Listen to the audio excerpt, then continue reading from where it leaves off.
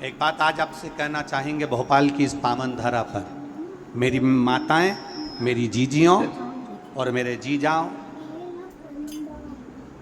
आप सबसे निवेदन है अपने भीतर उतार कर रखना। कई बार आपके मन में आ जाता है कि मेरी पड़ोसन का 4 मंजिल का बिल्डिंग बन गई। कई बार आपके मन में आ जाता है मेरी पड़ोसन के दोनों बेटों की सरकारी नौकरी लग गई।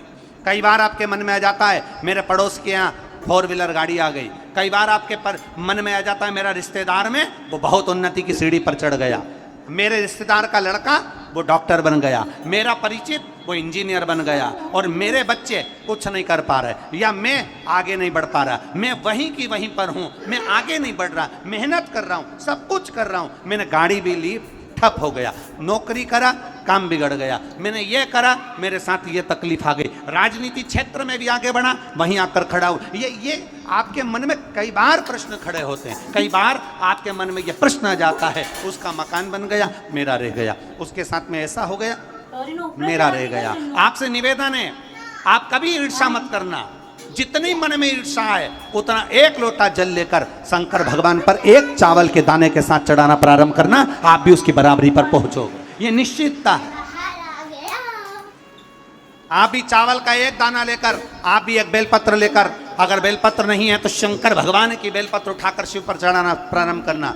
इस बेलपत्र को चढ़ाने के तरीके बहुत हैं, अलग अलग तरीके से बेलपत्र चढ़ाई जाती है, बहुत ध्यान देना। जब आपको कई बार पुरानी कथाएं निकाल कर यूट्यूब पर श्रवण करना, पुरानी कथाओं को निकालना और यूट्यूब पर श्रवण करिए, पुरानी कथाओं को निकालिए और उसको सुनना प्रारंभ करना। उसमें आपको बेलपत्र चढ़ाने के तरीके बताए गए हैं कि अगर हमारे यहाँ सबके बच्चों की नौकरी लग रही है और मेरा बच्चा तैयारी कर रहा है और उसकी नौकरी नहीं लग रही, तो उसका भी तरीका है कि बेलपत्र की डंडी किशोर होना चाहिए।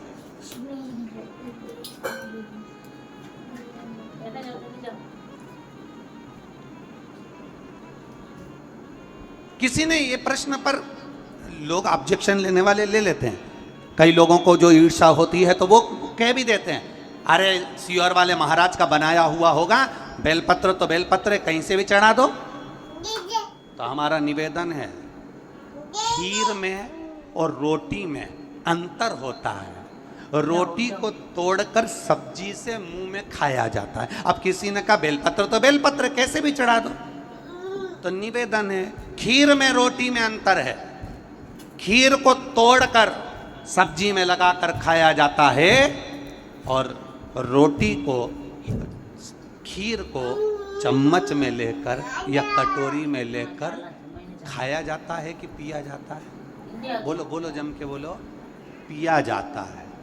अब आपने तो कह दिया थाली में रखा सारा सामान एक जैसा है, अचार भी थाली में रखा है, सब्जी भी रखी है, दाल भी रखी है, खीर भी रखी है, अमरस भी रखा है, सबका खाने का तरीका अलग है।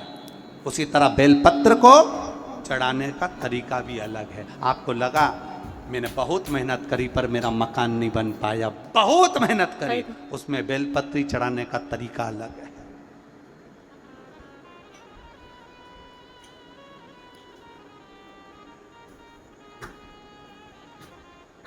एक बेलपत्र में वो सुख जुड़ा हुआ है, एक बेलपत्र में वो आनंद जुड़ा हुआ है जो हमारे जीवन का सारा सुख प्रदान कर देता है। सब